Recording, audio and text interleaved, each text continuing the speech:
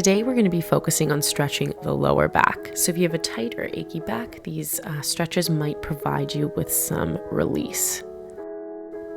Don't get too caught up in doing the stretches exactly how I am demonstrating them in the video. You may have less or more mobility than I do, and that's okay. Just follow along and match your current abilities.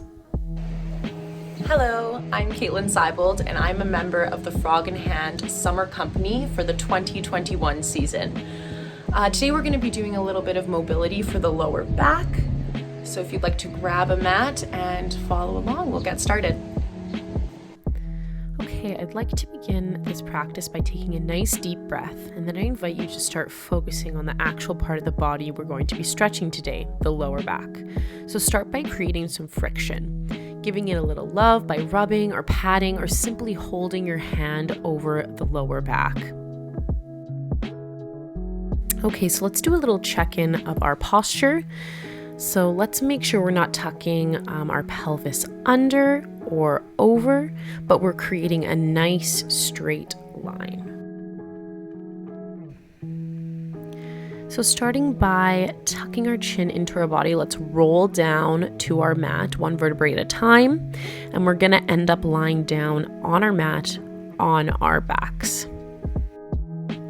Okay, so let's take a couple more deep breaths down here. Focusing on pressing our lower back into our mats. We're gonna take a deep breath and press our pelvis into the air, squeezing our glutes and our hamstrings, pressing our feet into the floor, making sure that our heels are in line with your knees. You can do as many of these as you wish. So just pressing that pelvis up and then releasing, really using our breath here.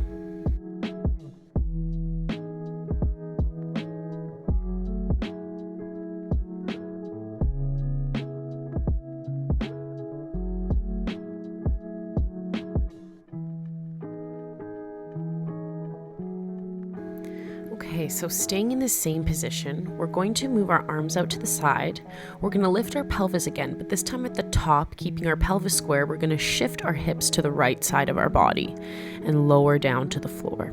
We're going to lift up again and bring our pelvis back to the center and lower down to the floor. We're going to repeat this alternating left and right sides. Really try to focus in on what muscles we're engaging while we execute this exercise, and also using your breath to guide and support you through this series.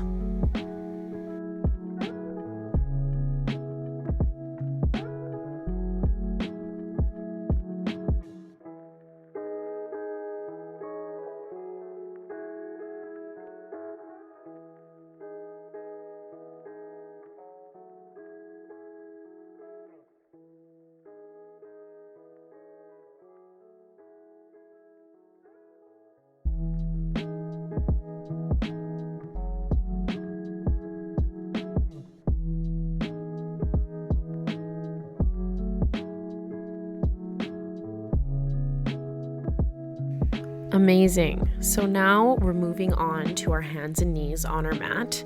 This is a little fun and effective exercise for targeting side bending action, preferably done with your knees together. My knees are apart right now, but you can do either or. We're going to lift our feet off the ground and swing them to the right and then to the left. Keep your back flat throughout this movement so that the motion is primarily a side bending motion. And when we're going from side to side, we're just going to look at our feet. Yes, a little tail wag exercise. Fantastic. Next, we're going to move to our hands and knees, but this time bringing our forearms down and our elbows directly beneath our shoulders. Then place one hand on our lower back, rotate the body towards that elbow, lifting up to the ceiling while pressing down into the ground with your supporting elbow. As you can see, my nephew James just woke up and decided to join me outside.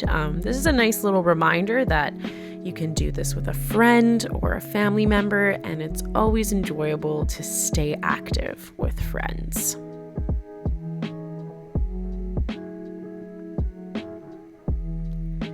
So again, here I am lifting my elbow up, behind my back, lifting up to the sky and placing it down. And then switching hands here, one hand behind my back, lifting up to the sky,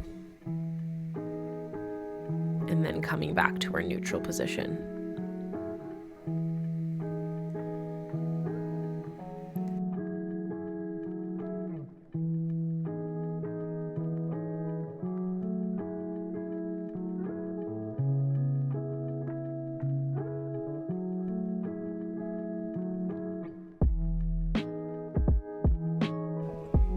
Okay, great job. So now I invite you to move to a downward dog position or an A-frame position. This exercise will help you work on extension through the spine and movement into a squat.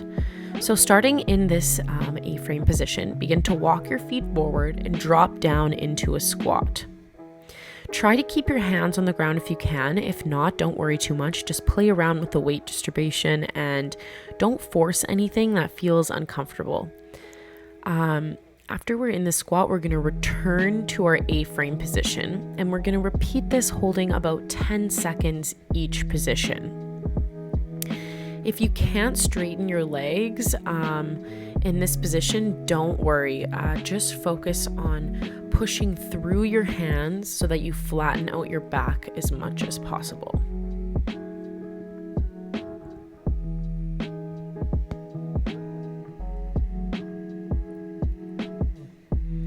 Okay, so now let's begin to pedal the feet back, alternating pressing our heels into the floor, bending the opposite leg. We can also release our necks by letting our head move from side to side. And then after this, let's press forward here, moving into our plank position. So lowering our body down to the mat and then pressing our chest up to the sky. And then finally, we're going to move into a child's pose. So let's hold this position, allowing ourselves to indulge in a few deep breaths.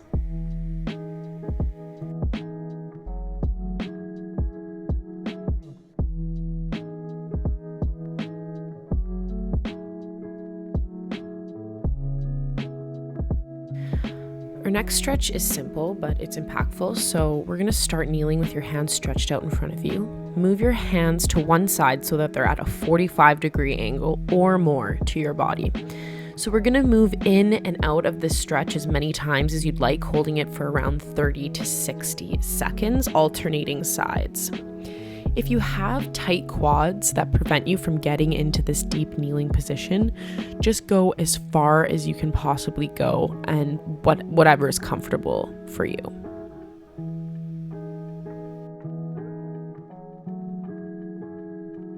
This is also a great reminder to keep breathing through these exercises and take your time in these exercises.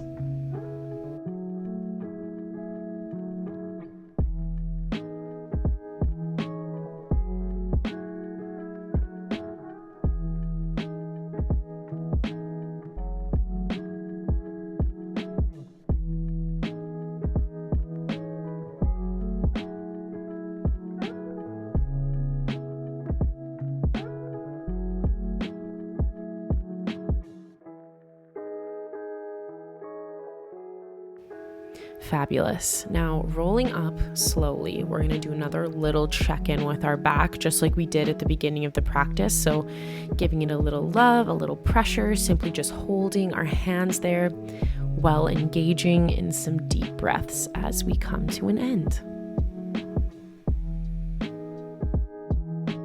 Thank you so much for following along. These exercises can be done with a few reps or a lot of reps, and just allowing yourself to find the movement within the shapes and the stretches that we're creating to warm up these parts of the body that we want to find some release in. Thank you.